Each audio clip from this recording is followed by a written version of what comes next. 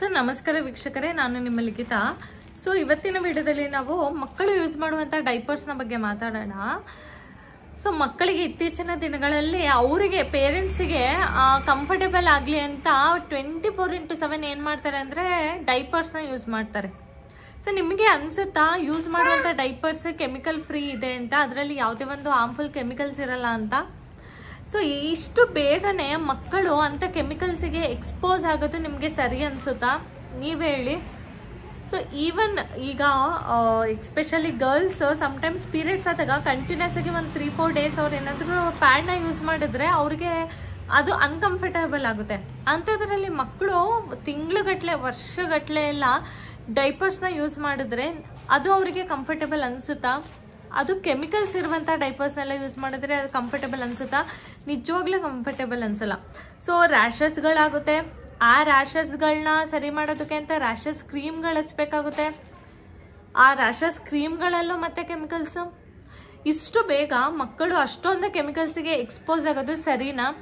And ಎಷ್ಟೊಂದು ಸಂಶೋಧನೆ ಪ್ರಕಾರ ಏನು ಹೇಳ್ತಾರೆ ಅಂದರೆ, ಸೊ ಏನು ಕೆಮಿಕಲ್ಸ್ ಏನಿದೆ ನಾವು ತಿನ್ನುವಂಥ ಫುಡ್ಡಿಂದ ನಮ್ಮ ಬಾಡಿಗೆ ಎಂಟರ್ ಆಗುವಂಥ ಕೆಮಿಕಲ್ಸ್ಗಿಂತ ಸೊ ಥ್ರೂ ಈ ರೀತಿ ಡೈಪರ್ಸ್ ಆಗಿರ್ಬೋದು, ಈ ರೀತಿ ಮುಖಾಂತರದಿಂದ ಏನು ಕೆಮಿಕಲ್ಸ್ ಅವರ ಬಾಡಿಗೆ ಎಕ್ಸ್ಪೋಸ್ ಆಗುತ್ತೆ ಅದು ಜಾಸ್ತಿ. ಅಂದರೆ ಬಾಡಿ ಅಬ್ಸರ್ಷನ್ ಮಾಡ್ಕೊಳ್ಳೋ ಕೆಪಾಸಿಟಿ ನಾರ್ಮಲಿ ನಾವು ಫುಡ್ ತಿಂದಾಗ ಏನು ಕೆಮಿಕಲ್ಸನ್ನ ಬಾಡಿ ಅಬ್ಸರ್ವ್ ಮಾಡ್ಕೊಳ್ಳುತ್ತೆ ಆ ಪ್ರಮಾಣ ಕಡಿಮೆ. ಈ ರೀತಿ ನಾವು ಡೈಪರ್ಸ್ ಪ್ಯಾಡ್ಸ್ನೆಲ್ಲ ಯೂಸ್ ಮಾಡಿದಾಗ ಕೆಮಿಕಲ್ಸ್ ನಮ್ಮ ಬಾಡಿಗೆ ಹೋಗೋದು ಜಾಸ್ತಿ ಅಂತ. ಸೊ ಅಂಥದ್ರಲ್ಲಿ ಮಕ್ಕಳಿಗೆ ಇಷ್ಟು ಬೇಗ ಡೈಪರ್ಸ್ನ ಯೂಸ್ ಮಾಡೋದು ಅಷ್ಟು ಸರಿ ಅಲ್ಲ. ಯಾವುದೇ ಬ್ರ್ಯಾಂಡ್ ಆಗಿರ್ಬೋದು, ಯಾವುದೇ ಬ್ರ್ಯಾಂಡಿನ ಡೈಪರ್ಸ್ ಆಗಿರ್ಬೋದು, ಅದು ಯಾವುದೂ ಸೇಫ್ ಅಲ್ಲ. ಸೊ ಅದಕ್ಕೆ ಅಂತ ಇತ್ತೀಚಿನ ದಿನಗಳಲ್ಲಿ ನೋಡಿ ಈ ರೀತಿ ವಂಡರ್ಫುಲ್ ಪ್ಯಾಂಟ್ಸ್ ಬಂದಿದೆ. ನೋಡಿ ಈ ರೀತಿ ವಂಡರ್ಫುಲ್ ಪ್ಯಾಂಟ್ಸ್ ಬಂದಿದೆ. ಯಾವ ರೀತಿ ಪ್ಯಾಂಟ್ಸ್ ಅಂದರೆ ಇದು ಡಿಸ್ಪೋಸಬಲ್ ಪ್ಯಾಂಟ್ಸ್ ಅಲ್ಲ. ಅಂದರೆ ನೀವು ಒಂದ್ಸತಿ ಇವಾಗ ಡೈಪರ್ಸ್ ಎಲ್ಲ ಏನು ಮಾಡ್ತೀರಾ ಅಂದರೆ ಒಂದ್ಸತಿ ಯೂಸ್ ಮಾಡಿದ ತಕ್ಷಣ ಬಿಸಾಕ್ತೀರಾ. ಬಟ್ ಇದೆಲ್ಲ ಆ ರೀತಿ ಅಲ್ಲ. ಒಂದ್ಸತಿ ಯೂಸ್ ಮಾಡಿದ ತಕ್ಷಣ ಬಿಸಾಕುವಂಥದ್ದಲ್ಲ. ಇದನ್ನ ವಾಶ್ ಮಾಡಿಬಿಟ್ಟು ನೀವು 100 ಟೈಮ್ಸ್ ಯೂಸ್ ಮಾಡ್ಬೋದು. ಎಷ್ಟು ಸತಿ ಬೇಕಿದ್ರೂ ಯೂಸ್ ಮಾಡ್ಬೋದು ನೀವು ಇದನ್ನ. ಆ್ಯಂಡ್ ಮಕ್ಕಳಿಗೂ ಕೂಡ ಕಂಫರ್ಟೇಬಲ್ ಆಗಿರುತ್ತೆ. ಅನ್ಕಂಫರ್ಟ್ ಫೀಲ್ ಮಾಡಿಸಲ್ಲ. ಎಷ್ಟು ಸ್ಮೂತ್ ಇದೆ ಗೊತ್ತಾ ಇದು ಕ್ಲಾತ್? ನಿಜವಾಗ್ಲೂ ಅಷ್ಟು ಸ್ಮೂತ್ ಇದೆ. ಒಂದು 2-3 ಸತಿ ವಾಶ್ ಮಾಡೋದ್ರಂತೂ ಇನ್ನೂ ಸ್ಮೂತ್ ಬರುತ್ತೆ ಇದು ಕ್ಲಾತ್. ಅಷ್ಟು ಚೆನ್ನಾಗಿದೆ, ತುಂಬಾ ಚೆನ್ನಾಗಿದೆ. ನೀವೇನಾದರೂ ಈ ಪ್ರಾಡಕ್ಟ್ನ ಏನಾದರೂ ತರಿಸ್ಬೇಕು ಅಂತ ಏನಾದರೂ ಅಂದ್ಕೊಂಡಿದ್ರೆ ನಾನು ಕೆಳಗಡೆ ಇನ್ಸ್ಟಾಗ್ರಾಮ್ ಪೇಜನ್ನ ಮೆನ್ಷನ್ ಮಾಡ್ತೀವಿ. ನೀವು ಅವ್ರ ಕಡೆಯಿಂದ ತರಿಸ್ಬೋದು.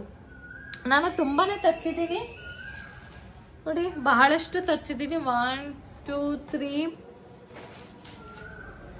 4 ಇನ್ನು 2 ನನ್ನ ಪಾಪು ಇಟ್ಕೊಂಡಿದ್ದೆ, ಕೊಡಲ್ಲ. ಇವಾಗ ಕೇಳಿದ್ರೆ ಅಳ್ತಾಳೆ, ನಾನು ವಿಡಿಯೋ ಮಾಡಕ್ ಬಿಡಲ್ಲ.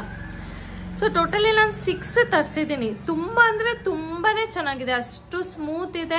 ಆ್ಯಂಡ್ 1 ಸತಿ ಇಲ್ಲ, 2 ಸತಿ ಇಲ್ಲ, 3 ಸತಿ ಮಕ್ಕಳು ಪೀ ಮಾಡಿದ್ರೆ ಅದು ಲೀಕೇಜ್ ಆಗಲ್ಲ.